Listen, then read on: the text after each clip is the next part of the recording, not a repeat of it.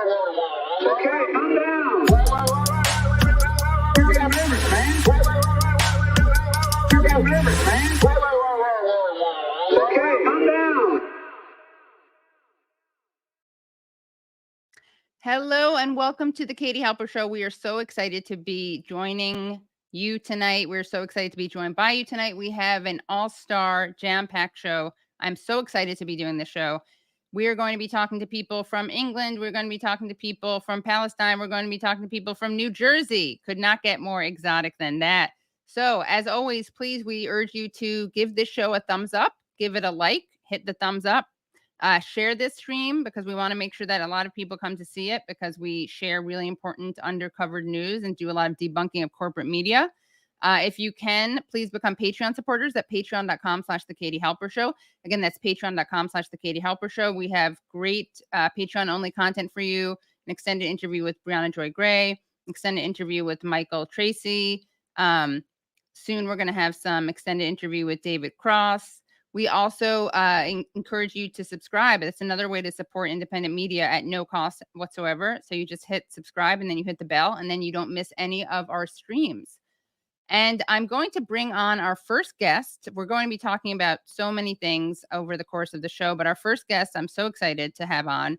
I was going to have him on anyway to talk about his campaign, but then we have some great news that we're going to talk about, which is, of course, the Julian Assange news. But let me just introduce our first guest. Craig Murray is an historian, ex-British ambassador to Uzbekistan, whistleblower, friend and campaigner for Assange's freedom, and Workers' Party candidate for Parliament under George Galloway's Workers' Party in Blackburn. So welcome, Craig. Thank you very much, Katie. Of course. So wanted to start off by asking you to talk about this recent news that is so exciting. I couldn't believe it when I heard it. You wrote on your blog, "I cannot tell you how happy I am at Julian's release. It is 4 a.m. and I haven't been to bed yet. I've spoken to John Shipton, his father, but everyone else is on a plane en route to Australia. The guilty plea is, of course, coerced in the extreme, and nobody should take it seriously. It gives a chance to claim hollow victory to the odious Biden regime at the cost of a terrible precedent in law classifying journalism and espionage. But the precedent is only in a court of first instance, so is not binding. I should be plain. I have always advised Julian and Stella to take a plea deal if offered and get out of jail. So please tell us about your relationship with Julian Assange, with Stella Assange, and your thoughts on the latest." Yeah, well, I started my, if you like, my independent activist career as a whistleblower myself. I was a British ambassador, and in Uzbekistan, I stumbled on the CIA's torture and extraordinary rendition program. I tried to stop that internally. I failed, and so I went public on it, which was the end of my diplomatic career, but start of a new and rather healthier career. And that's how I came into the purview of Julian and WikiLeaks back in about 2006, 2007, sometime like that. And we cooperated together on a great many things.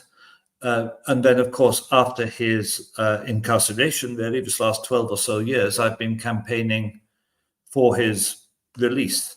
And I got to know Stella as part of his team before they were an item, if you like. And then I've remained very close to both of them. I was very proud to be one of only 6 people they were allowed to invite to their wedding in Belmarsh jail. And when I got to the jail on the day, I wasn't allowed in on the grounds that the Home Office, as our sort of something like the equivalent of your Department of Homeland Security, announced I was a danger to the jail, which I'm quite proud of, that I'm a danger to a maximum security prison. I think that's very flattering. That's pretty impressive. But so I wasn't actually at so I was left standing outside the prison gates with a bottle of champagne. But that we've remained obviously close. I've continued to cooperate with WikiLeaks aside from my relationship with Julian. I've been heavily involved in the case. I was at every day of the hearings, even during COVID, when only 2 people were allowed in at one stage, and that was John Shipton and me. So it's been a huge and terribly emotional journey, and at times it's been extremely emotional, and providing not just advice and assistance and campaigning expertise and energy, but providing friendship and emotional support to the family, has been a major part of my life. I think, and I was in floods of tears last night. How did you hear about it? How did you hear about the news? Well, I knew something was in the offing. It happened slightly quicker than I expected, but I heard about it. I was actually, I'm standing as a candidate for Parliament here with a genuine chance of actually winning the seat. So I'm campaigning 24 hours a day, literally like crazy. And I just came out of an important meeting here, and one of my people told me, and I sort of looked at them in astonishment. I knew something was in the offing. I didn't expect it to happen quite this early. I immediately phoned up. I managed to get John in Australia, but everyone else, of course, was on a plane heading to Australia, so I couldn't get hold of anybody else. Wow. And as someone who paid a price for exposing the truth, can you just share a little bit about that, how you stumbled upon this torture program and what the reaction to your speaking out was? Yeah. Well, initially, I learned, first of all, I was in Uzbekistan, which was a really dreadful dictatorship, and which practiced torture on an industrial scale. I mean, tens of thousands of people were tortured, of their own citizens, every year. Anybody who showed any kind of opposition to the dictatorship was liable to end up being tortured. And after they entered this sort of lucrative deal with the Bush administration, by which an American airbase was placed there in Kashi Khanabad, and there were contracts for gas pipelines and oil pipelines to take their oil and gas over Afghanistan. Contracts which, incidentally, were given to a company called Enron. Then they started to manufacture intelligence material stating that the Uzbek opposition was Al-Qaeda. All of it was about. I was getting CIA intelligence reports all the time talking of Al-Qaeda cells all over Uzbekistan, because that's what justified the American government in giving him massive military aid and subsidies to his terrible dictatorship. But I knew, because I was British ambassador there and it was my job to know what was happening in the country, I knew these reports were simply untrue. And I was very aware of the dreadful torture that was happening to people. And I'm talking to people, genital mutilation, I'm talking of rape, I'm talking of torture of children in front of their parents to get the parents to sign confessions. I'm talking of use of boiling liquid often as a method of torture, including total immersion until death in boiling liquid. So, and then I suddenly put two and two together. I realized that the intelligence we were getting from the CIA was confessions from the torture chambers. And Tashkent it's not that small a city, but has a very small expatriate population. There were about 2 bars you could drink in. And as it happened, I used to drink in the same bar as the CIA people and the people who used to fly in the torture victims under extraordinary rendition, who used to fly them there. And they used to talk, as I was a British ambassador, they assumed I was on the same page as them. So they would talk quite openly to me about prisoners they had brought in and that kind of thing. And I did everything I could to stop it. There's one point I want to make about that, which is that I was seeing this in Uzbekistan, but extraordinary rendition had many destinations. And there'd be many other British ambassadors and more junior British diplomats and civil servants, people working at the Ministry of Defense, people in the military, who would be implicated in the torture and extraordinary rendition program, just as they would be in the United States. And to me, the thing I will never understand until I die is how nobody else blew the whistle. Why was it me? I'm not a particularly moral person. I like a glass of wine, and I was a very ambitious person. I was Britain's youngest ambassador. I'd had a stellar career.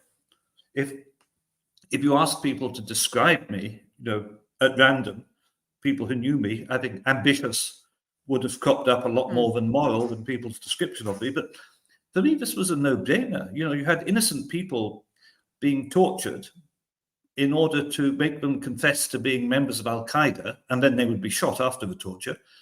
And they weren't members of Al-Qaeda, and the whole purpose was to produce false intelligence in order to justify oil and gas contracts and military contracts. And how anybody in their right mind could live with that, or with any moral sense could go along with it. And yet people I knew in my own service, who were my friends, I'd been in the service for 22 years, were going along with it all around the world. And these CIA people didn't seem like bad people. They had wives and families and they seemed nice. Yet they were doing the most dreadful things. And it's something I've struggled to come to terms with ever since. Why do you think it is that you, given that you just described yourself as ambitious, that you didn't see yourself as particularly moral, what is the difference between you and others? What accounts for that different response? I think empathy. I think probably I'm very much driven by empathy and very very basic things like kindness and concern on a purely human level. It's not ideological. I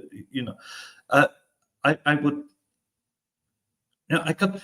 When I learned of the instances of people having their children tortured in front of them to make them give calls, it would make me cry, because purely of empathy, and it's people's ability to make these other people subhuman, to think, oh well, he's an extremist Muslim, therefore he deserved it, which is how most people, I think, manage to compartmentalize it and excuse it, and presumably it's how the Israelis excused the murder of all those children in Gaza. I don't have that ability. I see humans as humans, but as I say, what I can't understand is that others don't appear to have the same view, and it appears the norm not to have that view. It appears the norm to be able to live with these things and to do these terrible things. And that, in a sense, I'm being banal. It's like the banality of the observation of the banality of evil. It's banal to say it almost, but it's true. It's an absolutely key perception that decent people are prepared to do absolutely terrible things if they've been brainwashed, propagandized into seeing other humans as less than human. Right. And I'm going to ask you more about that because I think it's fascinating. And I think that my ideology, to the extent that I have it, is also informed by empathy. But can you just explain more about the actual agreement made by Julian Assange, why he did it, why you advised him to accept it? Yeah, I should say I didn't advise him to accept the specific agreement. I didn't know the details of the specific agreement. What I advised him over a period of a year or so is that whatever plea deal is on the table, take it. Do not, if you have to plead guilty to murder, plead guilty to murder if it gets you out of jail, because otherwise you are going to die in jail. And you have a wife, you have children, you have many of us who love you. You have so much more to contribute intellectually in the future that you need to be able to contribute intellectually. The world does not need to lose Julian Assange, and that nobody will believe. Everybody will know. Everybody in the world will know this is a coerced confession and it's bullshit. So nobody is going to believe the plea, and of course there was an obvious temptation for Julian to say, no, I'm going to fight for freedom of speech, I'm going to fight for freedom of press, I'm going to fight until the end, we're going to keep this going. But that way he would have been caught in an unending process. Even if there were to be eventually a great victory in the Supreme Court, that would probably be 13 years away and he'd probably die in the process before getting there. So that temptation for sort of a glorious fight, it's not really there. You get bound down by the process. There'd be years and years of pre-trial hearings and motions and goodness knows what. And so for me, that was the only way to go. And I think the important thing is, as I say, this isn't a Supreme Court decision, which is then dependent on other which is then binding on other courts. It's not even a superior court decision of any kind. This is just a first court decision, which other courts can take note of the same level, but it's not binding upon them. So in terms of it being a bad precedent, yes, it is a bad precedent, but it's not a bad precedent from a senior court that has to be followed. So I'm not too worried by that argument. Yeah, I was afraid that because he's so principled, I was afraid he was going to refuse anything but absolute vindication and truth and die in jail. So I was very happy that he did take this. And what exactly has he confessed to? He appears to have confessed to one count of espionage, and I'll be completely honest, I've been so busy canvassing voters all day and addressing public meetings and things that I haven't actually studied the fine detail of the exact agreement they've come to. And bluntly, I don't think it matters. I don't think it matters at all. Whatever it is he's confessed to, it's bullshit. Right. True. This is a related question to what you just said, but a question for Craig Murray: can Julian's guilty plea be used as a precedent and create jurisprudence for any similar future cases? Yeah, well, the answer is it can. I mean, a prosecutor in a similar case can say, well, in the Julian Assange case, this was found, but it's not from a senior court. So another court is not bound to follow it. Right. It can be pointed out as a precedent to show, yes, you can do this, but it doesn't bind them to do it as it would be if it were from a senior court. Right. And yeah, this is, I mean, we've had on Stella, we've had on Nils Melzer, Max Blumenthal, who talked about the, attempt to kill him, basically, the Sheldon Adelson plot.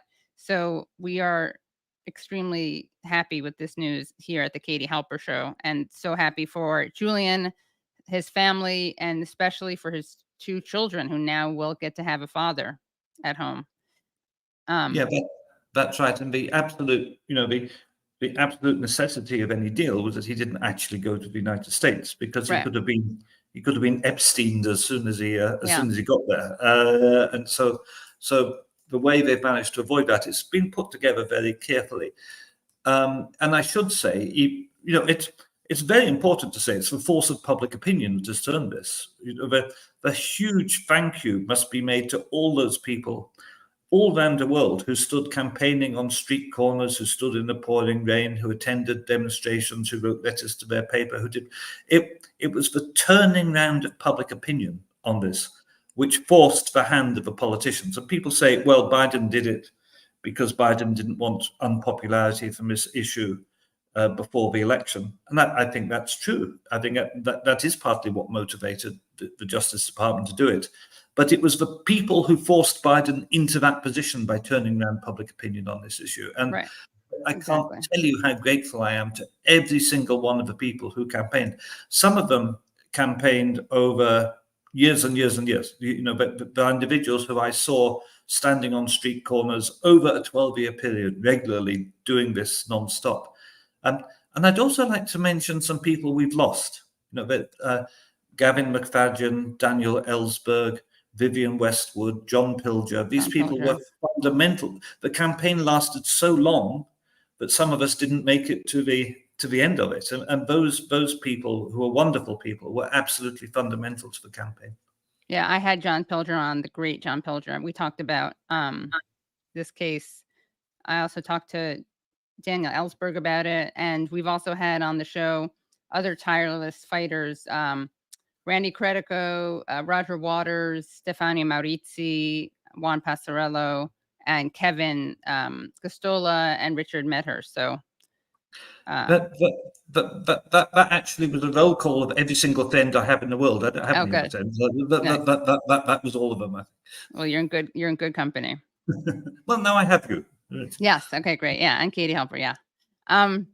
So wanted to know also what made you so, I guess I can probably answer this, but why is Palestine so important to you, and why did you go to the actual International Court of Justice to observe South Africa's case against Israel? Well, Palestine's always been important to me. I joined Defend Palestine in 1977, which is a while ago. And I think there were two great injustices in the world which resonated with my generation when I was young. And I guess it resonated with my generation, particularly because the British were particularly responsible for them in many ways. And one was South Africa and one was Palestine. And I joined both the anti-apartheid movement. I think I joined the anti-apartheid movement in 1974 when I was, I'm happy to say, a schoolboy. And I joined the Friends of Palestine in 1977. And of course, we eventually did manage to defeat apartheid in South Africa, but we haven't yet defeated apartheid in Israel. And the Palestinian movement has always been very, very important to me. I should say that it's quite fashionable to be pro-Palestinian suddenly at the moment, and I absolutely welcome everybody, no matter how late they've come to the issue. I'm delighted. I never thought we would see public opinion in the United States turn around to become basically pro-Palestinian. That's something I never thought I would live to see, and I think the writing is now on the wall for Israel. But I want to make one thing absolutely clear, which is that I'm an anti-Zionist. I do not believe in the existence of a state of Israel. I don't think there should be a state of Israel. I think there should be a single state of Palestine from the river to the sea, and everyone should be free to live there, including all the Jewish people who are there at the moment. I'm very happy for them to remain, but everybody should live in a single democratic state, which is blind to race and religion, which is a proper democracy, and that's very much what I support. And I also support, without reservation, the Palestinian right to armed resistance. As an occupied people, they have a right to armed resistance. So I think people who say they support the Palestinians but get terribly upset anytime the Palestinians ever fight back, we can do without. Right. And speaking of which, you actually got into trouble. You were detained in October over some statements that you made related to this. Can you elaborate on that? Yeah, I was detained under the UK's Terrorism Act. I was detained at an airport, and I think it was probably over statements I made supporting Palestine's right to armed resistance. Although it wasn't plain, I was actually coming back from a WikiLeaks stroke Assange meeting in Reykjavik and flew into Glasgow airport. And the questions I was asked were kind of 50-50 about Palestine and about WikiLeaks. So exactly what they were after, I'm not sure. But I should say there are many journalists who have been detained under this same legislation. And you'll find this quite shocking, I think, that you can be detained at an airport or at a seaport under the Terrorism Act, and you have no right to remain silent. You have no right to a lawyer. You must answer fully any question put to you. You must give up any electronics you have, and you must give up all passwords on those electronics. It's the most draconian piece of legislation, which removes absolutely all of your rights. And it was an immediate post 9/11 piece of legislation. And the justification when it went through Parliament was it was to stop people at airports who they believed had just planted a bomb on a plane. That's why you had no right to remain silent and had to answer questions, etc. But what they've started doing increasingly is using it against journalists. And it's been used, I know personally 5 or 6 journalists it's been used against in the last year or two. It's been used against Kit Clarenberg of the Grey Zone. Another former guest. Another former guest. No, yeah, not to brag. Used against Joanna Ross, formerly of Sputnik Radio in Edinburgh. It's been used against Vanessa Beeley. It's been used against, basically people like yourself would be quite liable for this to happen to you if you come to the UK. It's been used to attack the alternative media under anti-terrorism laws. I mean, the police don't actually believe I'm a terrorist. It's purely an excuse to, and what they asked me about, which was also Kit Clarenberg's experience and Joanna's experience, what they asked me about primarily was funding. Where do I get money from?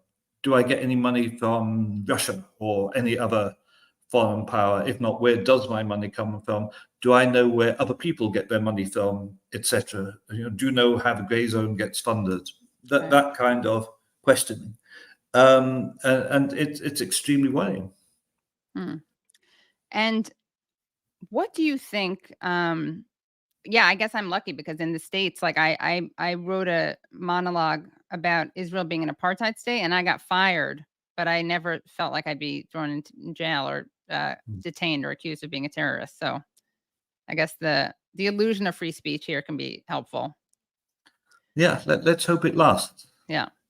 And tell us why you're running for parliament. Well, I'm running. I mean, primarily I'm running because of the genocide in Gaza and because of the so-called opposition Labour Party. Much like the United States, you have two main parties, both of which actually support Israel, support arms supplies to Israel, and support practical support to the genocide, support complicity in genocide. So I decided to run against them. But it's also wider because, again, like the United States, we have two right-wing parties. We have two parties whose economic and foreign policies have no substantive difference between them at all. In fact, there are many ways in which you could say that the so-called more left-wing party, the Labour Party here, or the Democratic Party where you are, some of their policies are more right-wing than the Conservative Party. And we've had, for example, debates where Keir Starmer, the leader of the Labour Party, has been promising to be tougher on immigration than the Conservatives, and to support the notion of flying asylum seekers to Africa and dumping them there, provided, he said, it can be done within international law, as opposed to saying that that is an absolute dreadful thing to do to poor people who are already in a terrible position. So there is no real opposition. There really isn't. And we need to give people a chance to vote for something that is at least a little bit different than the conservative nonsense of the main parties. And that's why I'm standing. I'd say probably out of a sense of civic duty might be a way to put it. And I've also been on George Galloway's show a bunch of times on Moats, and we've had him on the other show I co-host, Useful Idiots. But were your politics always like this, or did you become radicalized? Well, I don't view myself as radical at all. I think I used to be a member of the Liberal Party back in the 1970s, and I don't think I believe anything now I didn't believe then. But I've stayed still while the entire mainstream political landscape has moved rightwards past me at enormous speed. And now, for a sort of bog standard liberal, I'm on the extreme left of politics for believing in things I always believed in, but were quite standard things to believe in the 1970s, and now viewed as outrageously left wing. But I've known George since 1977. I think I've known George. George and I, stomped the streets of Dundee, collecting buckets for the miners' strike and that kind of thing.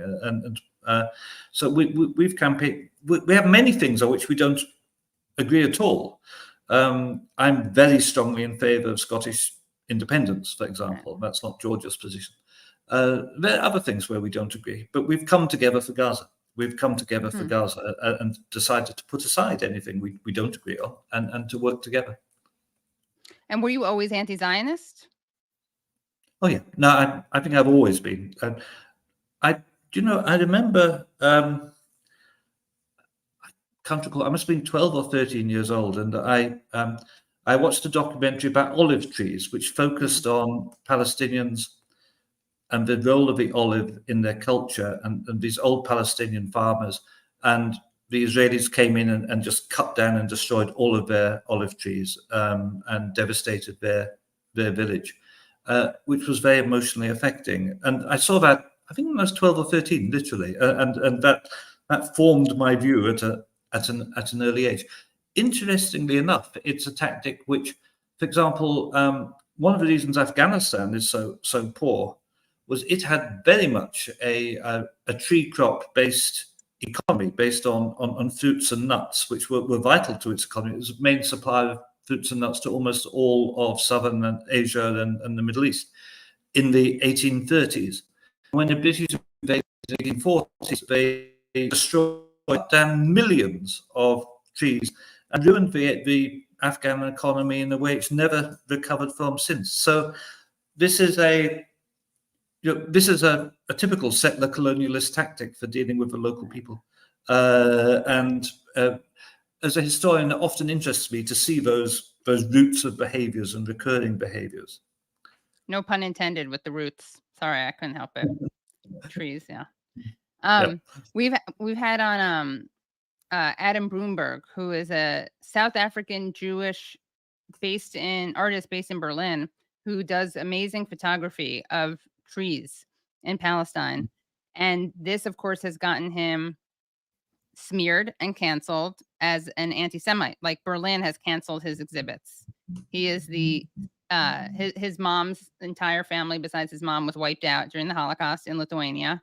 And some random non-Jewish German is telling him he's an anti-Semite because of his support for Palestinians. It's quite extraordinary. I mean, one of the interesting things here about the Labour Party is that Keir Starmer has expelled more Jewish people than he's expelled anybody else from the Labour Party. The majority of people Keir Starmer has expelled from the Labour Party have been Jewish, and they've all been expelled for anti-Semitism, which is just the utterly ludicrous system. I received an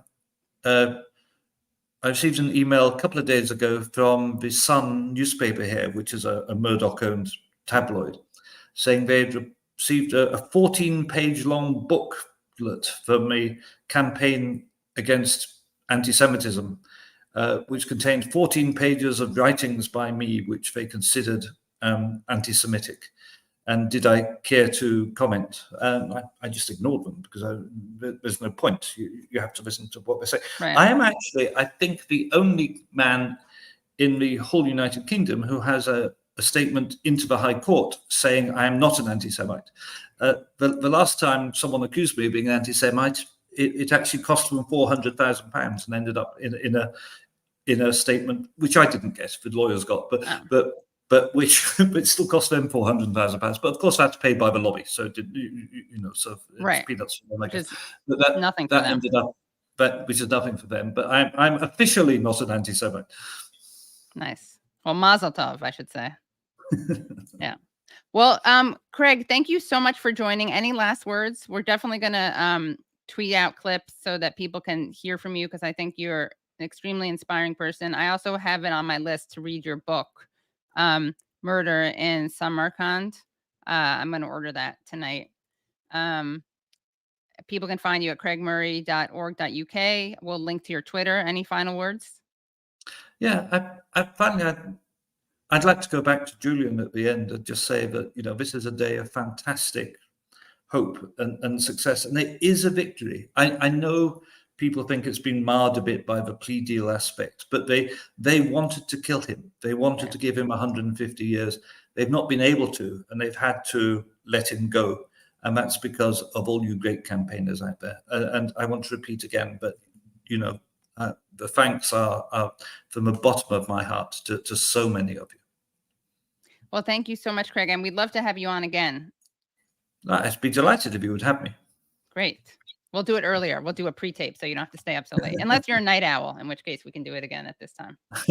Okay. Bye-bye, Kate. Okay. Bye. That was amazing. That was such a great talk. I'm so honored that we got to speak to Craig Murray. I've been an admirer of his for so long, and I really have my fingers crossed for that race. That would be so wonderful. So we're actually going to bring on another guest who is from the same party. Jody McIntyre is a candidate for parliament under George Galloway's Workers' Party of Britain. He's the sole independent candidate running in the Birmingham Yardley constituency located in the city of Birmingham, England, against the Labour Party's Jess Phillips, who is a member of Labour Party Friends of Israel and is likely to become a minister in the new government if she wins re-election.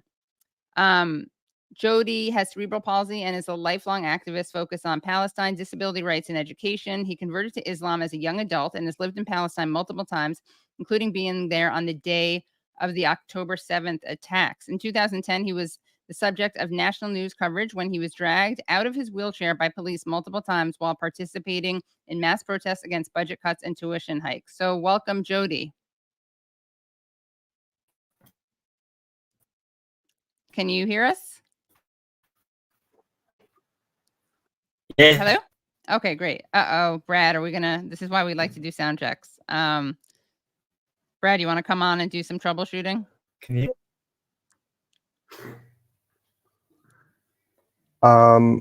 Yeah. Hey, Jody. I think right now we're Can you seeing. hear me? We Yeah. can hear you. I guess we can. Well, should we just? yeah. Why? Yeah. It's very fuzzy, but why don't you okay. just get started, All right, we'll just and do I'll it. hop Okay, back great. on if need be. Great. Okay, thank you. Okay, so Jody, thank you again for joining us, and we also appreciate how late it is where you are. Tell us who Jess Phillips is and why it's important to defeat her, and also why other independent candidates in your race decided to drop out to support you. Well, to answer your second question first, I think it was quite clear, or becoming clear at the time, that I was the only credible candidate with a realistic chance of unseating Labour in Birmingham Yardley, which is, of course, no mean feat in any constituency. Not only that, but I would say that it's now becoming clear to even the other major parties that Birmingham Yardley is becoming a two-horse race between me and Labour. In terms of the Labour candidate, as you mentioned in your introduction, she is a parliamentary supporter of Labour Friends of Israel, which is a pro-Israeli lobby group within the Labour Party, which is they won't reveal who funds them, and they seem to have an increasing influence and sway over the Labour Party as a whole, which is, of course, very concerning. Now, Jess Phillips has tried to kind of wash over this fact or avoid this fact. I believe she once referred to someone asking about it. She said, "Oh, you've seen my name on the list." Well, yes, but the list is a list of parliamentary supporters of Labour Friends of Israel. The fact is that what was once seen as a means of rising to the highest echelons within the Labour Party is now very embarrassing and very awkward for Labour candidates in certain constituencies. Birmingham Yardley has to be one of the most pro-Palestinian constituencies in the country. And when I chose to stand for MP, this is a big motivation for me. An MP is there to represent the views and concerns of their constituents. So the question we're asking in Birmingham Yardley is, how can a friend of Israel represent an area so opposed to the Israeli occupation of Palestine and so opposed to the war crimes being carried out by the Israeli state in Gaza? So it's becoming clear to everyone. It's becoming clear to the bookmakers, the pollsters, everyone, that it's me or Labour in Birmingham Yardley.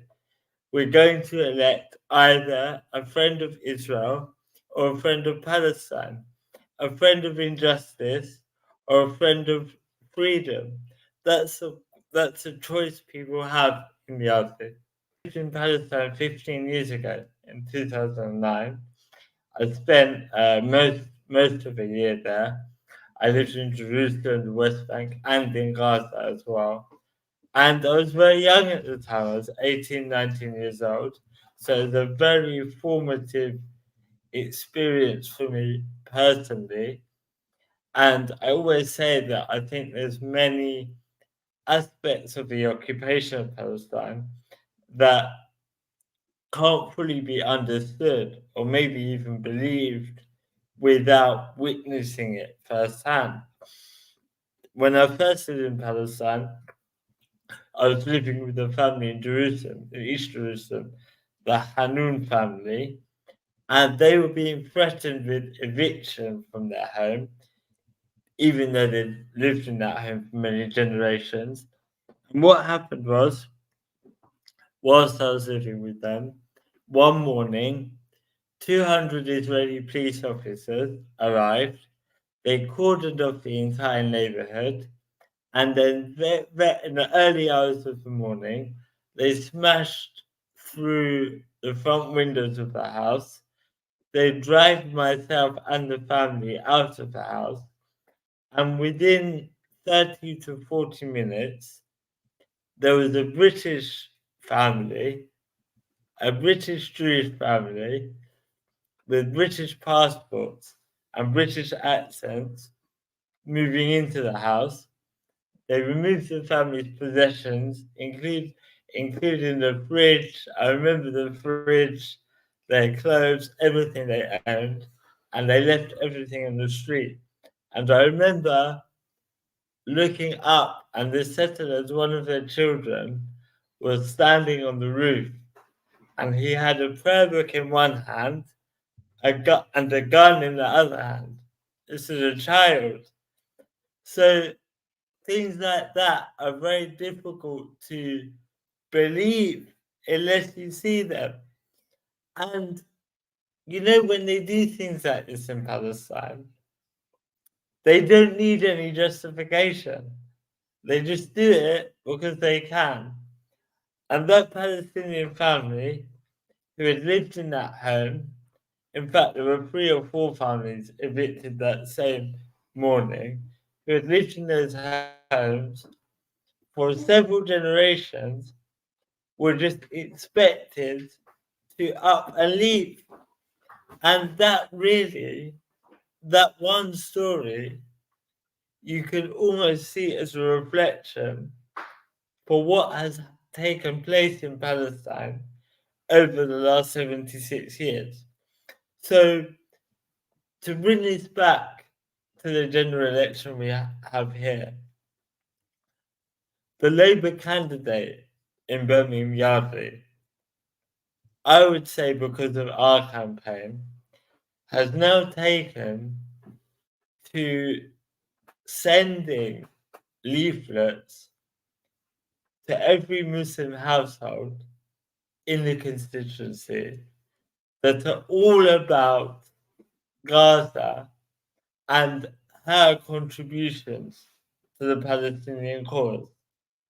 The problem is, it's very easy to boast of your achievements and everything you've done when there's an election campaign taking place. So my proposal to voters would be, look at our historical record.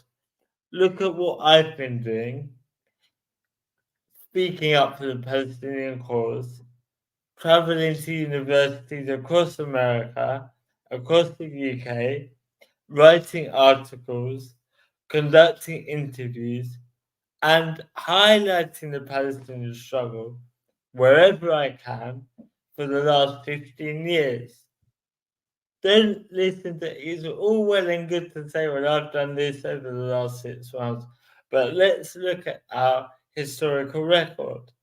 A few years ago, Jess Phillips was being interviewed on Channel 4, and she implied in the interview that the phrase Palestine lives was an anti-Semitic phrase.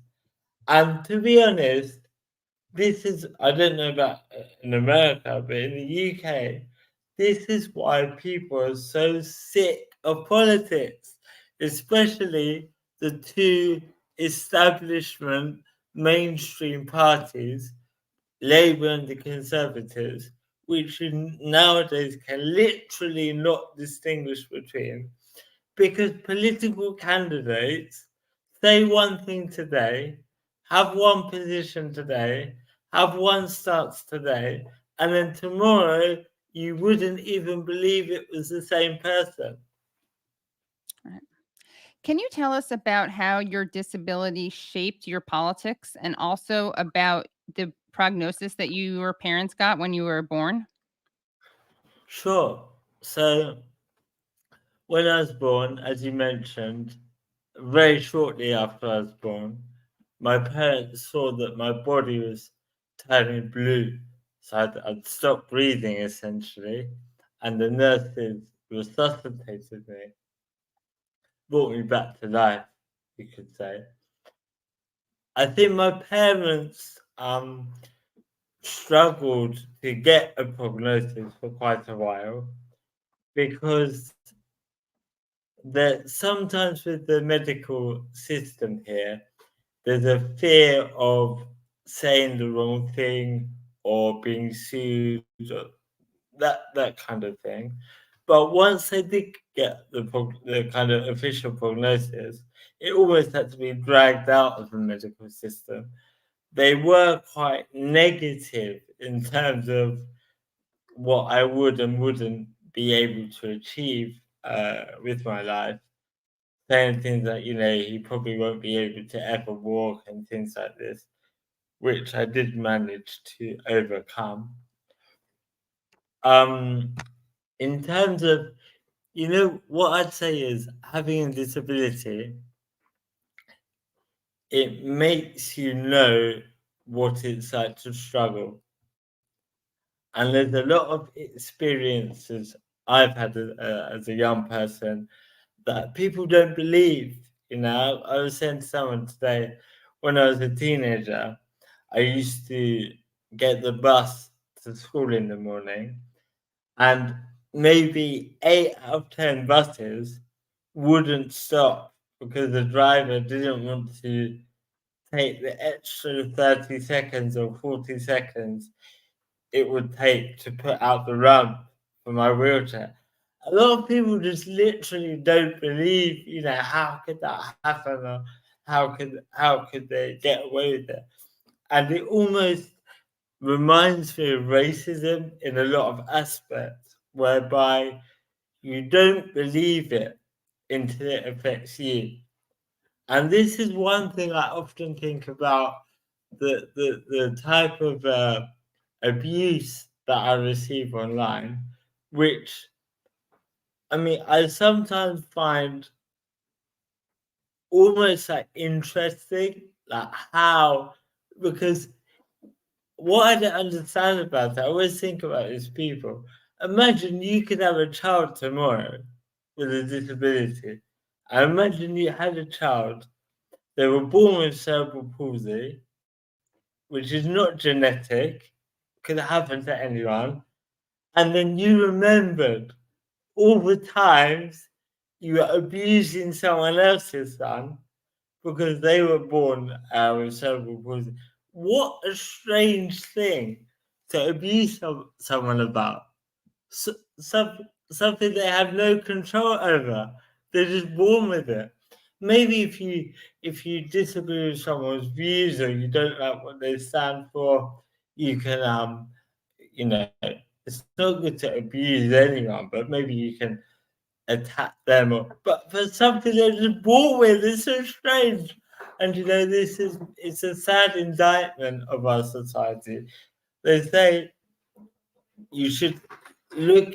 They say how a society treats the most vulnerable is a reflection of the society. But all I can say is to these people is that it makes me more determined to win, more determined to prove them all wrong. And we'll see what happens, because I think a lot of people are going to get a big shock on July 4th. Labour know they're losing votes. They know they're losing thousands of votes. What they don't know is they're losing tens of thousands of votes. And that's a reality they're going to have to wake up with on July 5th. Several months ago, a senior Labour source was asked about the fact that Muslim voters who had voted for Labour for decades and decades were now abandoning the party primarily because of their stance on Gaza, but also because of their stance on Kashmir and a range of local issues as well. And the Labour source said, "We're shaking off the fleas." He referred to Muslim voters as fleas. He said, "We're shaking off the fleas." But we think that on July 4th, the fleas are going to come back to bite. Well, thank you so much. I'm so glad we were able to talk to you, and I'd love to have you back on. We can talk longer. No problem. time. Anytime. Great. Anytime. Even at Thank- 12:30 at night. Okay, great. Thank you, Jody. We really appreciate it. And July 4th are the elections, and we'll link to your website, and that's your Twitter. Everyone should follow his Twitter. Thank you so much. Thank you, Jody. Take Have a great care. night. Wow. Okay, we've already had 2 great guests, and we are going to just keep on bringing on the great guests. And that was also incredibly inspiring. So we're going to bring on 2 guests right now. Let's see. We have joining us right now Remo Ibrahim, who is an organizer with the Palestinian Youth Movement, LAOCIE chapter. He's committed to the struggle for Palestinian liberation and to confronting Zionism and white supremacy wherever it appears. And we're also bringing on Rich Siegel, who is a musician and activist. He was raised in what he calls the cult of atheistic Zionism, posing as Judaism.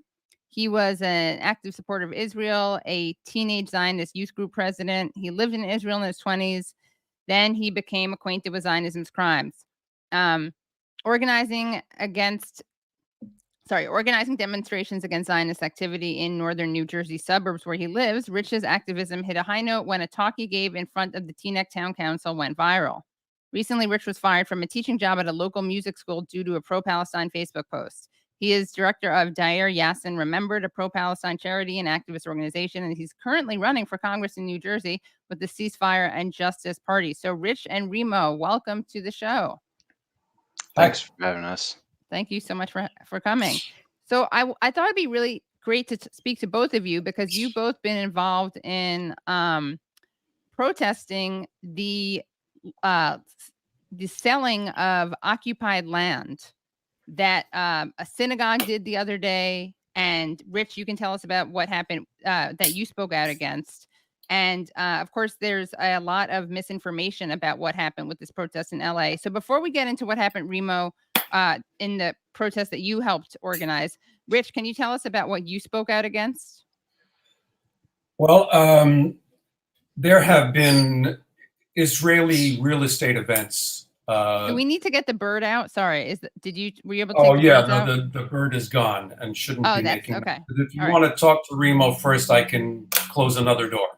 Okay, Would that yeah, that help? would be great. Yes, Okay. thank you. Yeah, not to be bird phobic, but anyway. I had to get the bird out of my house too. Oh yeah, great. Thanks, Remo. You were more thorough with your bird eviction. So tell us about this protest that happened the other day. Let's put in some context. Let's see what Freudian slip, George Bush. Let's see what Joe Biden had to say about this protest that you were at in Los Angeles. I'm appalled by the scenes outside of a Das Torah synagogue in Los Angeles. Intimidating Jewish congregants is dangerous, unconscionable, anti-Semitic, and un-American. Americans have a right to peaceful protest, but blocking access to a house of worship and engaging in violence is never acceptable. So what say ye to that, Remo?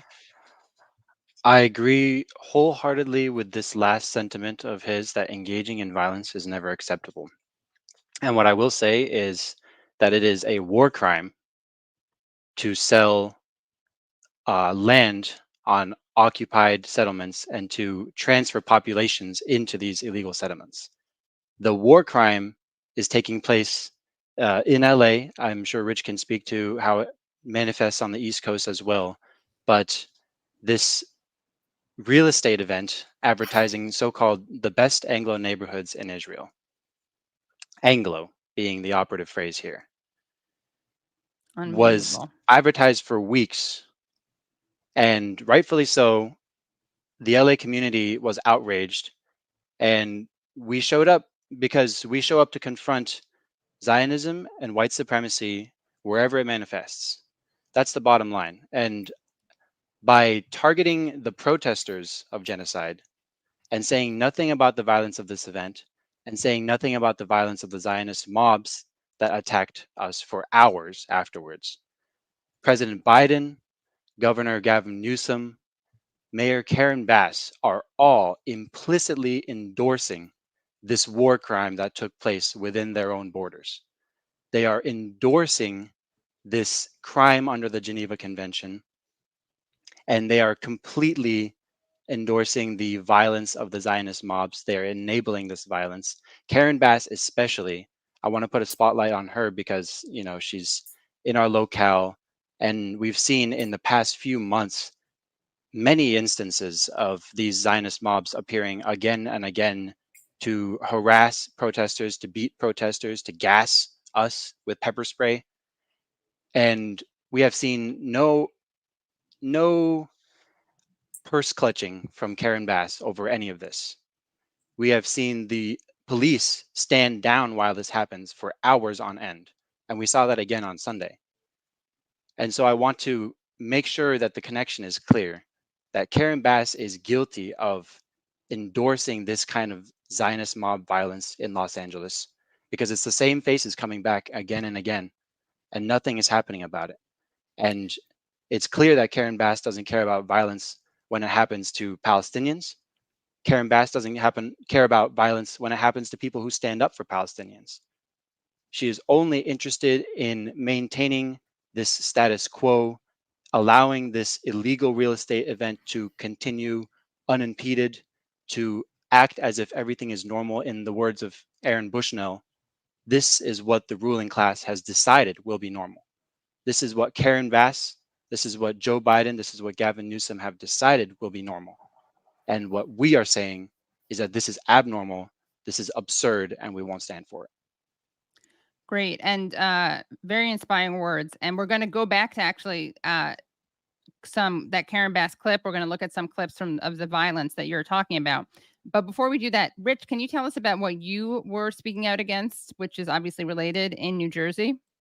Yes, absolutely. And I apologize for the noise problem. It's corrected now. These Israeli real estate events have been going on for many years, and they have been flying under the radar because they are publicized in Jewish newspapers, which non-Jews don't tend to look at. I organized a demonstration against one for the first time back in 2007. So they've been going on for a long time. I found out about this one through a Jewish newspaper, and in reading the ad, I found out that they were selling not only Israeli real estate, but real estate in the West Bank. West Bank settlement homes were being sold directly to Jews here in New Jersey. So this is in violation of international law because the settlements are themselves in violation of international law. But let's be clear that even when they sell Israeli real estate, which is inside the green line, this is in violation of domestic anti-discrimination law because this real estate is for sale for Jews only. So it's redlined real estate. We had the Civil Rights Act in 1964, Fair Housing Act in 1968. So we don't discriminate in real estate here in this country, and we should not tolerate it when a foreign country decides through its Jewish community to sell redline real estate here and real estate that violates international law. Specifically, what I led a demonstration against on March 10th was another real estate event that happened at a synagogue here in Teaneck, New Jersey. The thing that was noteworthy about this particular demonstration was that I gave a talk in front of the Teaneck Town Council on February 27th in advance of this real estate event, threatening to organize a demonstration if they didn't shut it down. And that little talk I gave went viral. I heard it had 2 million hits on Twitter. So as a result of that viral video of my little talk, we had about 1,000 people show up. That was what was reported in the media. I'm not sure if it's accurate or not, but there were a lot of people that showed up at this demonstration at this synagogue. So basically, these events have been going on for a long time. They should not be allowed to go on. From the beginning, I tried to shut them down. I mean, I called the police, I called the FBI, I called every agency that I thought might be instrumental in shutting these events down, and nobody was interested. But it's interesting to note that in my local area, there are no such real estate events planned at the present time. So I think that the effectiveness of these large demonstrations that we've had here, it's had an impact. You mentioned the Karen Bass condemnation. Let's take a look at this Karen Bass condemnation, because something interesting is in this condemnation. Los Angeles will not stand for anti-Semitism. Los Angeles will not stand or tolerate violence. And know this, those that are responsible for either will be found and held accountable. And I want to thank all of the leaders here that are standing today. Again, what you see here is a united front against violence, a united front against hate. Let me introduce my partner. Okay, so let's keep that up there for a second, though, because I want to point something out.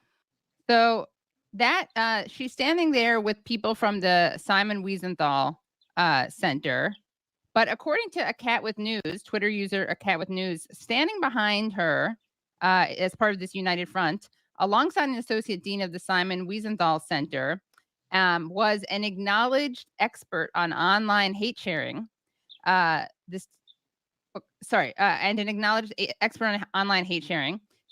Sharing the stage with them is InfoWars host Adam King, who hosts his podcast show on Alex Jones's InfoWars site.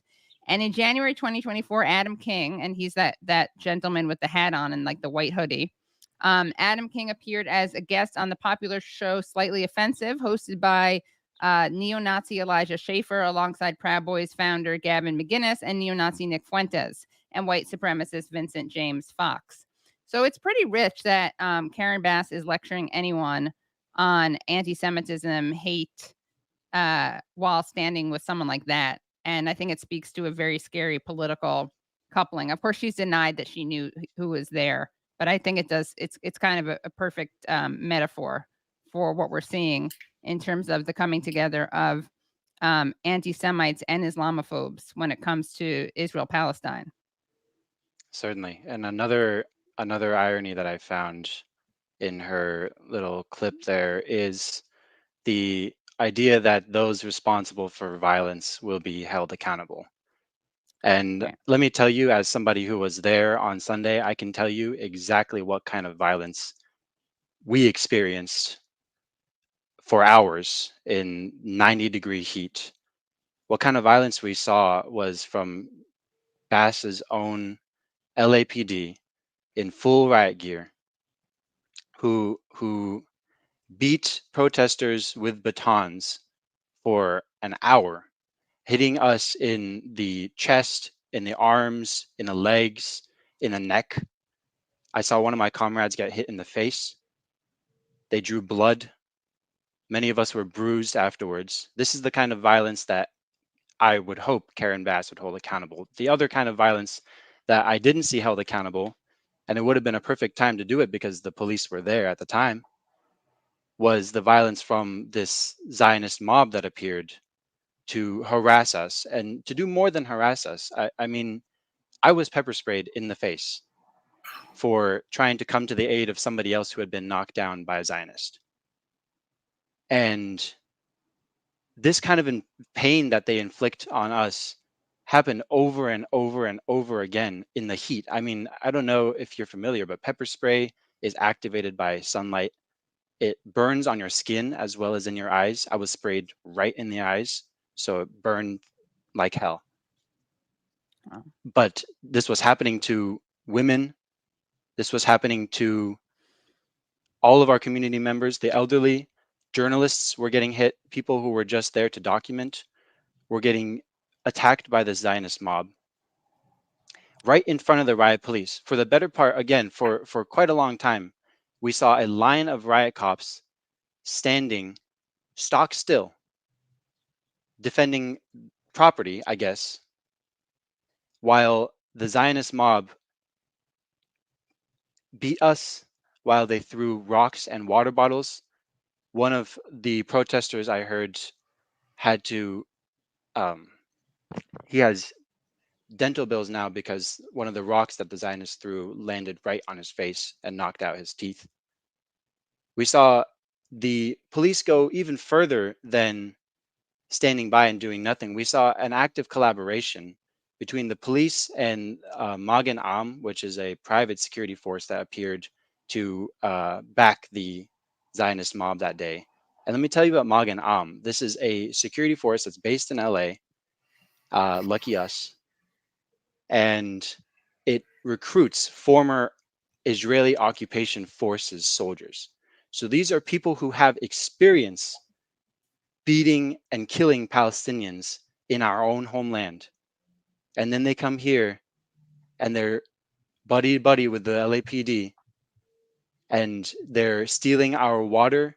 They're drinking it for themselves. I mean, it was insane to see the cognitive dissonance, right, between what Karen Bass is saying about holding violence accountable and the kind of violence that I saw that was not held accountable that day. And that's where I really want to make it clear that Mayor Karen Bass is guilty of emboldening this kind of mob violence, and that it's not going to go away as long as she is tacitly approving of it. We actually have some of these clips that you speak of. So we have a clip of the LAPD standing by while Palestine supporters are assaulted. Get out of here, you fucking piece of shit! Yeah. Where's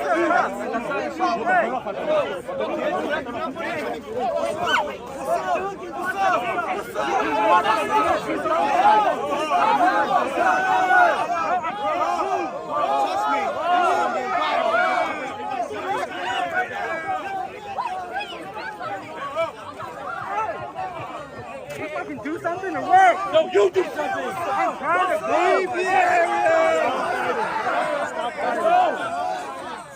Let's go. We are not going to lie down. We're not going to lie down. We're never going to do something. Come on, try me. Who was it? Come on. Why aren't you guys protecting her? Why aren't you guys protecting her?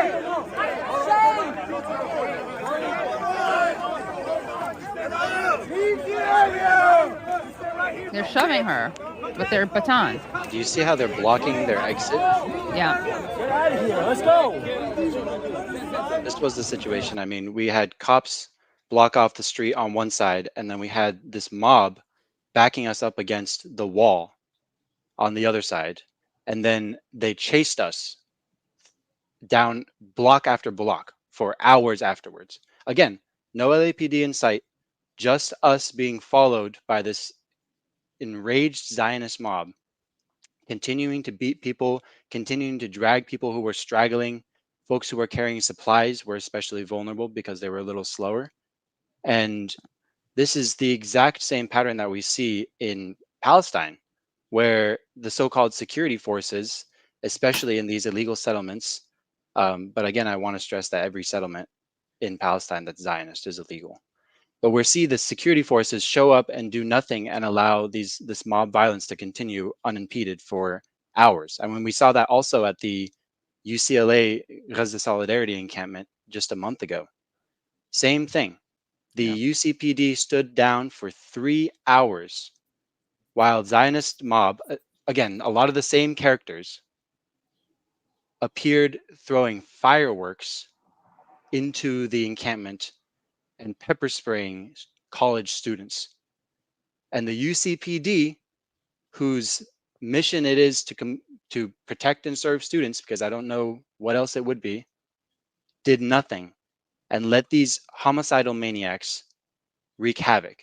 And despite all of this, despite all that we've endured over the last 9 months, and especially these escalations in the last few months, we remain steadfast. We remain committed to our principles. We will confront Zionism wherever it appears, and we will not allow this kind of violence to take place in our homeland or in our own backyards. I'm going to show a couple more clips, and then I'm going to ask you, Rich, what your thoughts are on the way this is being framed as anti-Semitism. So let's take a look at, let's see. Again, there's so much discourse from the media and politicians about hateful rhetoric and anti-Semitism. Let's take a look at clip 8, and let's hear what some people were saying about the pro-Palestine support protesters.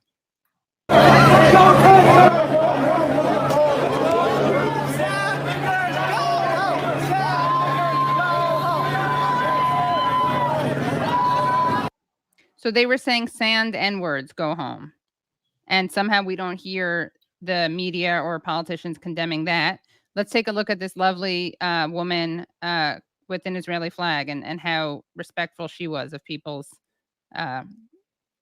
different perspectives.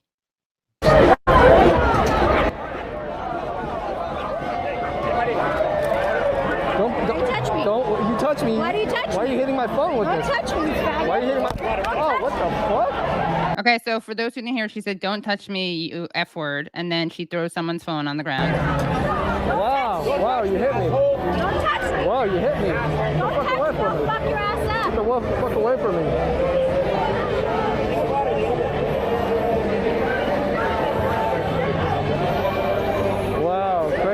Lady, all on camera. I got it all on camera.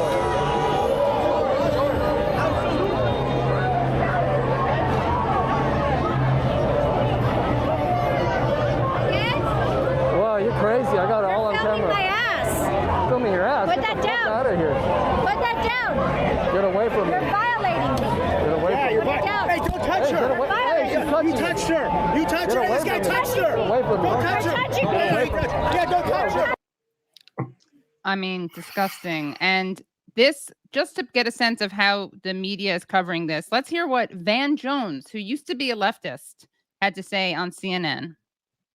Jewish neighborhoods in LA are well known. Hold on, we have to Nobody's start from the confused where beginning. You won't understand that. We have to start from the beginning. Sorry. The Jewish neighborhoods in LA are well known. Nobody is confused where they are. So if you show up there wearing a keffiyeh, you show up there with your face covered, you show up there chanting "River to the Sea," that would be just like a white person running up with a Confederate flag in Harlem. You're not trying to start a conversation. You're trying to start a fight. Stop doing that. Don't do that. We don't want more violence. We don't want more fear. We don't want more terrified people. So I want to ask each of you to respond to Van Jones's thesis there, which is that showing up in a keffiyeh is like showing up with a Confederate flag in Harlem. Rich, you want to take this away? There's no applicable response here. It's absurd because it assumes that a keffiyeh is a symbol of anti-Semitism or of hatred, and it's not. It's Palestinian garb. And it is a symbol of the movement to liberate Palestine, but that's a liberation movement. It's not an anti-Semitic movement. So he's making a really irrational assumption there.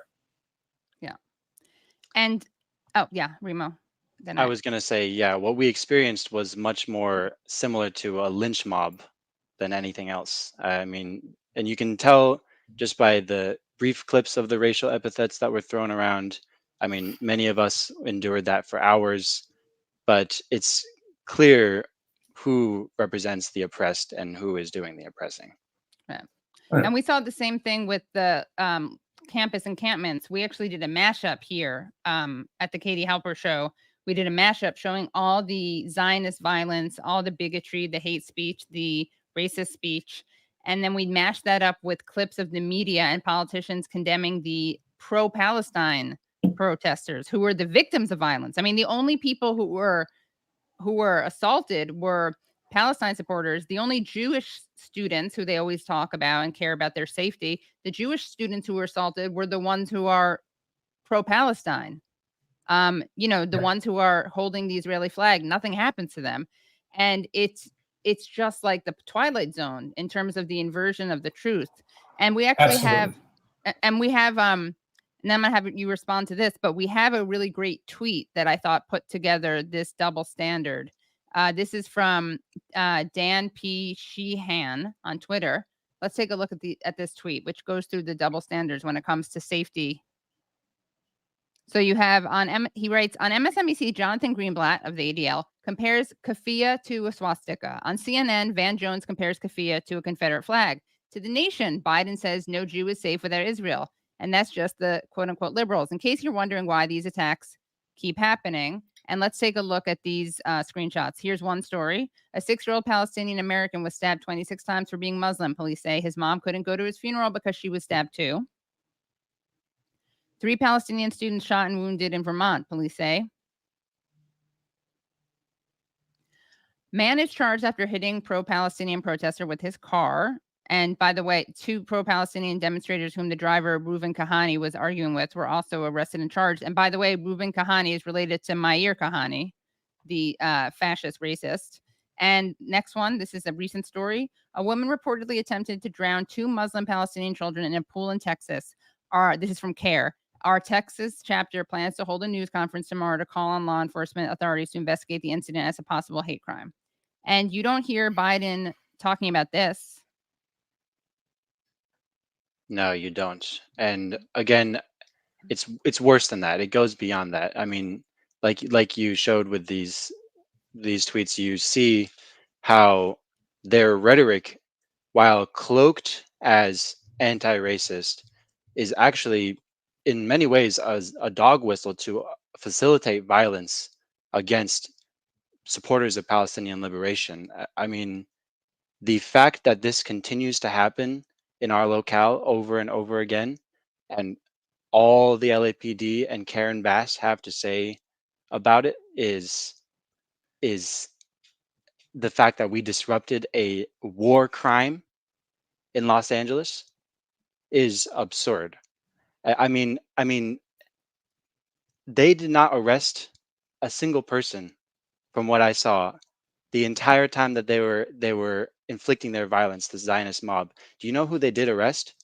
A couple who was in their car. They pulled them out, arrested the 2 of them who they were trying to leave, and there was a baby in the back of the car, and the police took the baby too. And they detained, on top of this, I think 4 or 5 more of our community members, and held one of them for an extended period of time. And I just can't fathom this disconnect, right? Like, these politicians are weaponizing their rhetoric against us in order to keep us silent, in order to keep us scared to keep showing up. And I think they've been doing this for 9 months, and they've been doing this for much, much longer beyond that. And the truth is that, especially in this last 9 months, we have seen the community become so resilient to this kind of repression. I mean, we've been arrested, we've been beaten, we've been gassed, we've had explosives thrown at us, we've had people come at us from every angle. Skunk water at Columbia. Exactly. I mean, there were mice released at the encampment at UCLA. Wooden planks, hit with wooden planks. Playing loud music all night to keep people awake. I mean, it's insane that they're resorting to torture tactics that, take place in our homeland. Unfortunately, there's another layer of irony for you. But we've endured every form of repression, and we continue to show up. That's what I want to stress. And that's what I want to make sure that Karen Bass knows. I want to make sure that Gavin Newsom and Genocide Joe Biden understand that they've been trying to shut us up for 9 months now. And we've only gotten louder. Sorry. Keep going. Sorry about that. Yeah. I mean, we just launched our Mask Off Maersk campaign, where we are targeting this shipping and logistics company that handles the weapons that American corporations build and send to continue the onslaught on our families. We've lost 40,000 martyrs in Gaza in 9 months, and it's because Israel has murdered them with our weapons, with American taxpayer money. And despite everything, we are continuing to remain focused, we are continuing to remain targeted, and we will continue to confront Zionism wherever it appears. And Rich, how do you feel when you see the actions that you and Remo engage in called anti-Semitic? Yeah, it's a pretty funny accusation. Well, it's really why I'm involved as a Jewish person, because you know, you can call me a self-hating Jew, Right. but it's hard to call me an anti-Semite. Although Robert F. Kennedy Jr. just did. I was on a Zoom call with him recently when he Mazel personally tov. accused me. Thank you. He personally accused me of being a Jewish anti-Semite. What happened? What's the story there? Oh, a Palestinian friend of mine who knows him personally and became friends with him due to the vaccine issue. No. And became very disillusioned and disappointed with him when he started talking Zionist talking points and getting cozy with Shmuley Boteach. And she requested, would you talk to a few friends of mine? And she set up a Zoom call with herself and me and two other friends, one Palestinian lawyer living in the States and one Israeli expat friend of mine living in the UK. And we spoke with him for an hour and we endured hideous abuse. The guy is a nasty Zionist and a nasty bully. And I certainly will not be voting for him. But, you know, back to your question, anti-Semitism has become a canard. It's a completely overused and misused word.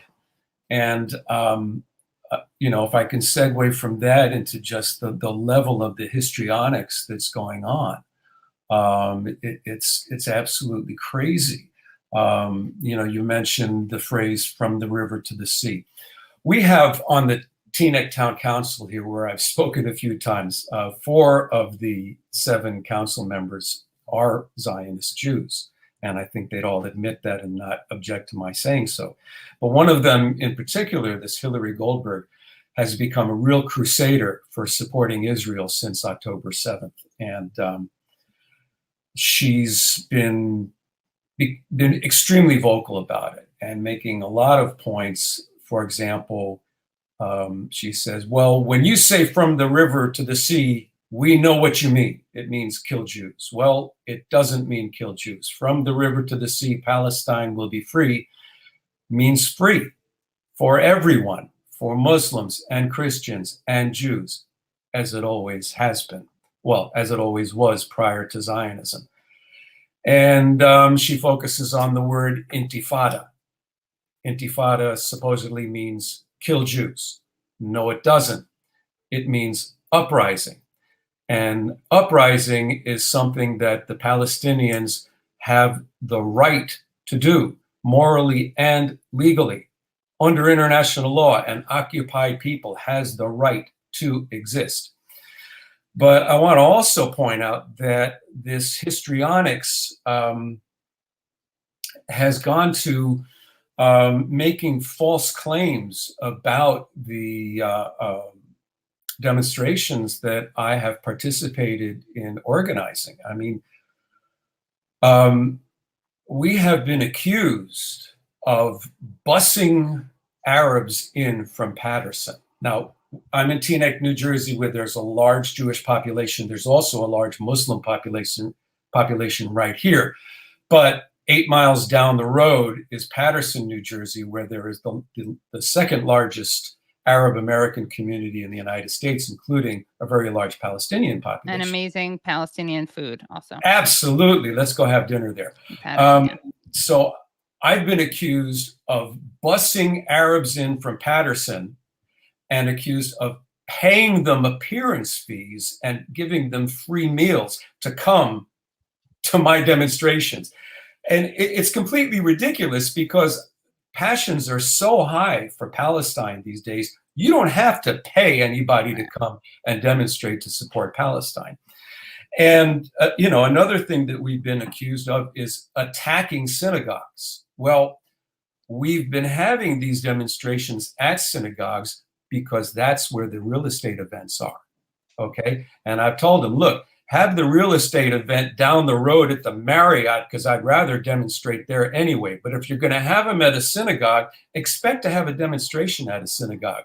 We had another demonstration at a synagogue when they had a speaker from the Zaka ambulance people who, the first responders on October 7th, the ones who made up the lies about beheaded babies and serial rape and children tied together and set on fire in groups. And the people are still, the Zionist Jews are still talking about this stuff. They're completely ignoring the 35,000, more likely 40,000 people who have been murdered in Gaza. Or the fact that those other claims were debunked. They are completely ignoring the fact that these claims are debunked. But we knew that they were lies, and we organized a demonstration against the speaker at Zaka at the local synagogue where he was speaking. And the irony is, we didn't bust in anybody, we didn't pay anybody, but the Zionists bust in Jewish Zionists from a synagogue in New York City out here to Teaneck, New Jersey, to participate in a counter demonstration. So they're doing the things that they accuse us of doing. What is it? Every accusation is a confession. People say That's that. really what it seems like. You know, because there's so many of the things that they claim the Palestinians do are just ridiculous, and then they do it themselves. I mean, for example, using children as human shields. I mean, if you know Palestinians, you know they love their kids. This is a way to dehumanize the Palestinians. Meantime, there's any number of incidents where the IDF has used Palestinian kids as human shields. But it's not called that. They don't use that language, the media, to describe it. Of course, yeah. But, you know, if I could also just comment on the videos that you showed that were really shocking, you know, about Remo's experience. And I just want to say that I experienced much the same thing at the Celebrate Israel parade in New York City. And unfortunately, that was not captured on video. But normally we are given a space on Fifth Avenue, which is closely guarded. And because of the heightened security, we were not given that usual block. But at the last minute, they said, okay, you can go to this particular block in the staging area. But there were no barricades, and there was police protection, but we were exposed. And it really became extremely abusive. I was, and at a point we marched up Madison Avenue to go from the staging area to the place where the parade was concluding. And I was walking with Sael Kayed, who is the local director of American Muslims for Palestine. He was assaulted twice. I mean, got in actual fistfights twice. The second time I witnessed that the guy did it, I was prepared to make a statement. I was prepared to testify. The cop that took him, let him go. You know, numerous abusive incidents. I had a Palestinian, well, a friend of mine had a Palestinian flag ripped out of her hands. I had my sign ripped out of my hands and thrown to the ground. But it struck me particularly the incident with the Zionist woman who grabbed the cell phone and then blamed the guy for touching her, or the man she was with blamed him. After this demonstration, Sael and I went to a restaurant and sat outside, and we chose a Turkish restaurant because we thought it might be safe, but there were various Zionists sitting with us that we found out very quickly because they soon started catcalling us and accusing us of supporting terrorists and supporting rapists and on and on and on. And my response is, we're not having this conversation. We're here to eat. Leave us alone. And they absolutely refused. What I'm leading to is there was one Zionist Jewish couple who finished eating while we were still eating, and they walked away. And this woman had to come back and put her middle finger right in my face. I mean, an inch from my nose, and held it there. So I took my arm and I just grabbed her fist, which is just a reaction when somebody is assaulting you like that. And from the table behind me, a Zionist Jew said, I saw you attack that woman. If the police come, I'm going to testify to it. So it more of exactly the same. Just histrionics and blaming the victim. And I'm watching, you know, as a Jewish person myself, I mean, number one, just watching this genocide in Gaza is beyond horrifying. But knowing the history is horrifying. And having been raised with a collection of lies instead of the actual history. I mean, I'm not a young guy, but this situation has been a part of my life for my whole life. It's been a huge part of my life because I was raised on the wrong side of the issue. But particularly now, in the past several months, you know, since this October 7th, since being aware of the genocide that's going on and watching the Zionist Jewish histrionics here in Teaneck, New Jersey, and everywhere, I'm just watching my Jewish people descend into depravity. And it seems like, you know, they're just sucking the world leaders into it with them. Some Jewish people, because obviously we have Jewish Voice for Peace, if not now. I'm specifying Zionist Yeah, Jews. right, yeah. Because there's been Jewish objection to Zionism for the entire history of Zionism, okay? And I am a Jewish objector to Zionism. Yeah. But honestly, when I was growing up, my entire Jewish world was Zionist. We couldn't imagine an anti-Zionist Jews. I mean, we knew about the Haredi anti-Zionist, the Neturei Karta, and we talked about them as if they were idiots and ungrateful jerks to not appreciate Israel, you know, and we just summarily dismissed them. And of course, now, you know, they're my friends. When I organize a demonstration, the first people I call are the Neturei Karta, Haredi anti-Zionist Jews, because I know they'll show up, you know, and obviously a lot of other people show up too, but they're always there. I wanted to ask each of you about your personal evolution. I mean, Rich, yours was dramatic, the arc, right? You started out as Zionist, now you're not Zionist. Remo, I want to know how you became an organizer. Yeah, I've always been proud of my Palestinian heritage growing up, but I think for the longest time I was depoliticized about it. I understood it in, you know, this sort of post-Oslo two-state framework. I thought J Street were the good guys, and that was pretty much how we were taught in public school for K through 12 the entire time. Every time we encountered the question of Palestine, it was always accompanied by Zionist talking points, and it was always presented as this obscure, confusing issue that people should just leave alone, right? And complex. Guess who benefits from people leaving it alone? And I think actually that reminds me of a poster that I saw, and Rich, to your point too, this sort of concept of indoctrination. I saw a poster in this neighborhood that we were in on Sunday that read across the top, is your first grade teacher talking Palestinian genocide? It's time to send your kid to a Jewish school. I saw that right across the street from the synagogue on Pico. And to me, I mean, I wasn't shocked by the message. What I was surprised by and encouraged by, honestly, was the fact that they would mention even the word Palestine or the word genocide. Yeah. Which I think they would have never had to concede that sort of ground 9 months ago. So the public pressure is working, the narrative is changing, and more they're having to confront their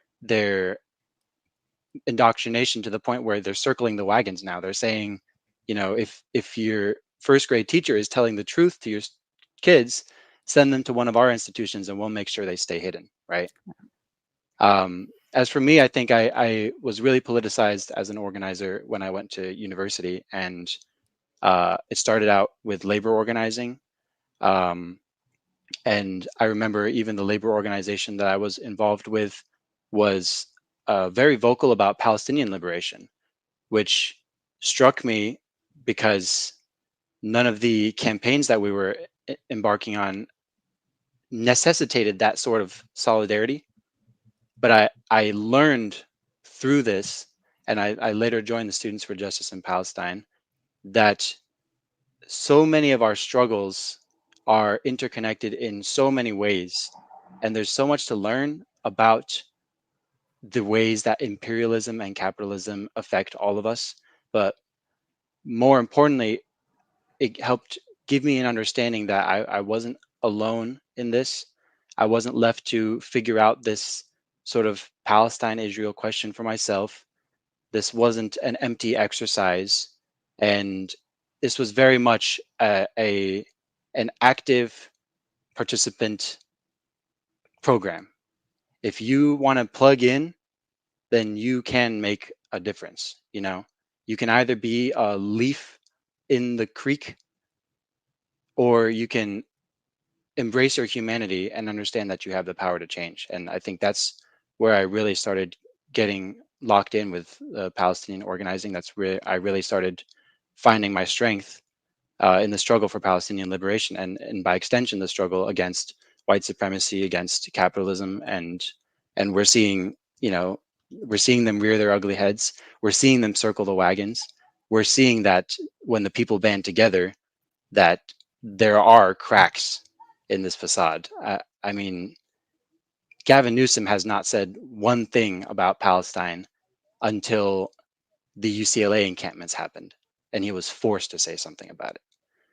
That's how powerful our movement is that these untouchable leaders, you know, genocide Joe Biden is scared to go to college campuses to try to collect votes because he understands that wherever he goes, we will follow. Same with Gavin Newsom, and Karen Bass is rearing her head as well as just another facet of this imperialist machine. And guess what? That means that we're not going to leave you alone either. I mean, the point is that the people are going to band together, and we're going to keep coming back. And this is by no means the end of the fight.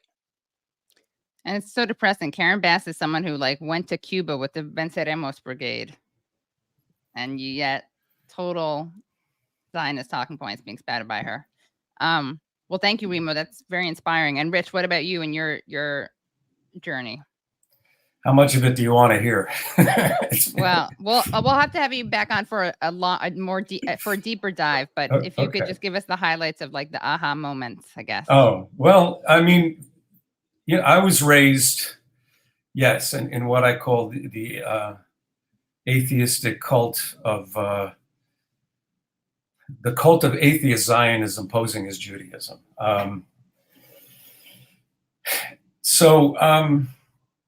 It's pretty difficult to describe. I mean, you know, because it exists in the context of houses of worship, but they're really there to worship Jewish tribal identity and the Jewish state. And that's how I was raised. I mean, you know, God was mentioned in the course of the services, but not taken seriously. There's a lot of atheism in the Jewish world. The Zionist movement was started by atheists and was universally rejected by Orthodox Judaism for the first 20 or 30 years. Okay. And, you know, it's probably not advisable to get deep into religion here, because obviously people of various faiths and people of no faith can see the obvious moral issue here and the moral necessity to support the Palestinians. But as long as you're asking me about my own journey, you know, the first step for me was coming into an awareness of one God and seeing that being raised with atheism and the worship of Jewish tribe and the Jewish state was not in tune with belief in one God. But still, you know, even though I had that fundamental change and such a problem with the way I was raised, my Zionist indoctrination was so deep that it stayed with me for another couple of decades, really. Until at a point I just became curious about the Palestinian point of view because the conflict seemed to be so intractable and so persistent. And I just decided that I wanted to hear what they had to say. And I fully expected that once I heard what they had to say, that it would reinforce my Zionism. And it didn't. There was a particular moment when I happened to be in Providence, Rhode Island, and there was a table put out by activists on the grounds of the state capitol, and I picked up some literature. And that was the first stuff I read, and that led to about 8 years of nonstop research, whereby I re-educated myself, and I read the Jewish revisionist historians because, you know, we Jews, we need to hear it from other Jews first. And then, of course, I read Palestinian writers and writers who were from neither camp. And I really developed a hunger and a thirst for more and more information because I was really shocked at having been lied to my whole life. And it had a terrible emotional effect on me. I mean, I cried, I got drunk. It was very difficult to deal with the fact that, you know, I had been a Zionist youth group president as a teenager. I think you mentioned it when you introduced me. And it made me feel like, you know, I put it this way, I feel like I was the driver of a getaway car and nobody told me they robbed the bank, you know. I was, in a very small way, a part of this monstrous crime that Zionism has committed in Palestine, you know, in a small way, but it really made me feel that I wanted to right a wrong. Mm. So that is what the basis of my involvement has been. Great. Well, thank you guys so much for joining. This has been a wonderful discussion. Someone wants to know about your website for your donate so they can donate to you, Rich. Wow. So Darius in Remembered needs work on its website and so does not accept donations online. But Darius in Remembered will accept checks. And they can be mailed to P.O. Box 102, Bogota, New Jersey, 07603. So it's Dare Yassin Remembered, P.O. Box 102, Bogota, New Jersey, 07603. Thanks for that. Thank you. And any final words? Really appreciate everyone's generosity and everyone watching. Well, yeah, if I can jump in on that invitation. What I want to say is this, you know, my family lost people in the Holocaust. Hitler murdered members of my family in Poland. And I think that, generally speaking, non-Jewish people like to tiptoe around Jewish sensibilities. Nobody wants to offend the survivors of the Holocaust. Yeah. And you know what? It's time to do that. It's time to not let your Jewish relatives, friends, neighbors get away with supporting Israel while Israel is committing a genocide, okay? Israel is not the answer to the Holocaust. Zionism existed prior to the Holocaust. It was committing crimes at that time. It has committed monstrous crimes against humanity since 1948, okay? So there really is no relationship. And this is the problem that I have with Holocaust education, is that we learn about the Holocaust and it points directly to, well, Israel saved us. No, it didn't. Israel is a crime, and we don't save ourselves by committing a crime, okay? We can talk about other ways to keep Jews safe. I'm safe here in New Jersey. The only people that are giving me a bad time are Jewish Zionists, okay? So we can't tiptoe around Jewish sensibilities where Israel is concerned. If we have to confront our Jewish friends and neighbors and say, look, I know you love Israel, but it's committing genocide right now, and I don't support that. Let them deal with the fallout of that statement. Let them deal with the cognitive dissonance, because you know what?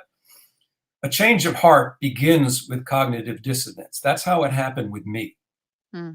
I was brought up with Zionist brainwashing, and I just started to get this feeling maybe the Palestinians have a point of view. So that's what we need to do. We need to step in and just speak truth. Yeah. I That mean, also doesn't. Oh, sorry. Go, Remo. Yeah. No, segueing into that, I completely agree. I think our goal is to speak truth to power and to organize people power to resist wherever it appears.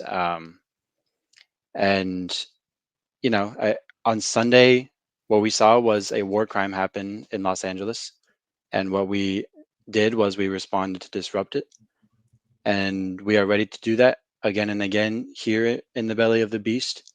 But Palestinians across the world and our allies across the world are prepared to agitate for Palestinian liberation generation after generation. If I don't see a free Palestine, my kids will, and if they don't, their kids will. And that's just the way it goes. And we will see a free Palestine. Like I said before, the cracks are showing in the Zionist machine. The contradictions are sharpening. And with that, this sort of cognitive dissonance that you're talking about, Rich, is becoming harder and harder to ignore. Again, referring back to that poster on Pico that I saw, we are beginning to see the end of Zionism and the end of American imperialism. And I'm excited to continue to make that happen. You can also find us, sorry, just a plug, if you want to follow the Palestinian Youth Movement, we are online at PalestinianYouthMovement.com. We're on Instagram under the same name. And I'm a member of the PYM LAOCIE chapter, or Low-Key for short. We represent a good chunk of Southern California, so you can find us at PYM LAOCIE on Instagram. And Great. yeah, We'll put all those links in. excellent. And you can follow along, and we hope to see you at our actions. And what about you, Rich? Any social media plugs? Social media plugs. Well, I'm running for Congress, and I'm running to beat Josh Gottheimer, who attacked high school students for walking out for Palestine. Do you have a link? You can find me on Facebook. You can find me on Instagram. What's your Instagram? It's Rich Siegel 1. Okay. I was forced to get on Instagram after that viral talk. Yeah, you got it. Especially, and if you're running for office, you got to get on Instagram. Yeah. Well, I'm just learning it, so be patient with me. Yeah, and Remo, you're younger than me. You can maybe teach him about TikTok. Yeah, let's set up a meeting, Rich. Let's okay. revamp your profile. Yeah, let's do it. Great. Okay. Great. Well, thank you guys so much. Really appreciate your talking to us. Okay, thanks for having me on. Bye. Have a great night, and come back on. Wow, that was amazing. What a great show. That was like a marathon show. I loved all the segments. You know, you can, please, we urge you to support the show at Patreon, patreon.com/The Katie Halper Show. But this is such an important show. I don't want to paywall any of it. So it's all free. But you do have the chance, of course, to access Patreon-only content if you join right now. And we will continue to bring you Patreon-only content. And also you can support the show. If you just pay $1 a month, you are helping make the show happen. We could not make the show happen without you. So you can either do $5 a month and you get extra content, or $1 a month and you get to sleep well at night knowing that you help make the show happen. Thank you so much, Brad. Thank you, Tyler. Thank you, Phantomus Fanta. And thank you to our guests. And we will see you next week. Okay, calm down. You got nervous, man. You got nervous, man.